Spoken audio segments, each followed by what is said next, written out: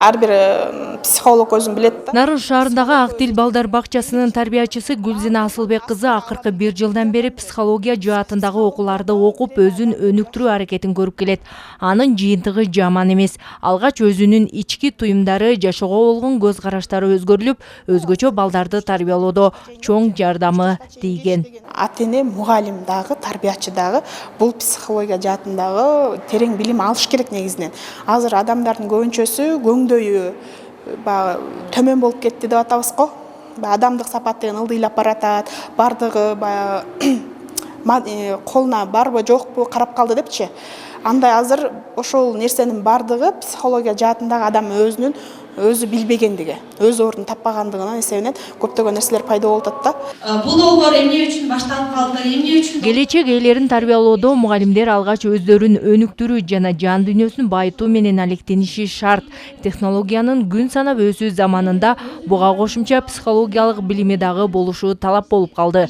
Андыктан республикада эртең дайыма кеч аталышындагы долбоор ишке ашырылып, анда агартуучуларга психологиялык жактан колдоо болуп көрсөтүлүп жатат. Биз мисалы бул долбоорду баштаганда мен ойлогон эмесмин мугалимдердин ичинде ушунчалык көйгөй аябай көп деп.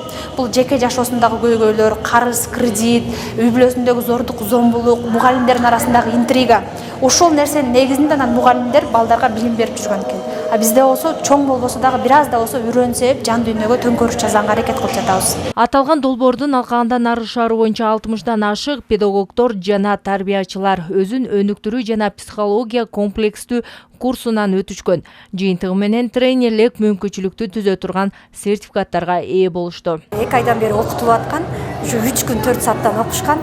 Бүгүнкү күндө ушу Нарын шаарынан азыр 64 тарбиячы ушул окуудан сертификат алышты. Булар дагы уже тренер деген сертификаты менен булар дагы уже сертификат алышты.